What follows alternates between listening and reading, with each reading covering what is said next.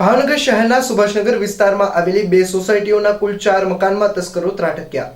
ભાવનગર શહેરના Subhashnagar airport road પર આવેલ બે સોસાયટીઓના કુલ 4 મકાનોને તસ્કરોએ નિશાન બનાવ્યા હતા। મળતી વિગતો અનુસાર બાલા હનુમાન મંદિર એરપોર્ટ રોડ નજીક માનસ દર્શન બંગલોઝમાં 3 મકાનોમાં તસ્કરો ત્રાટક્યા હતા।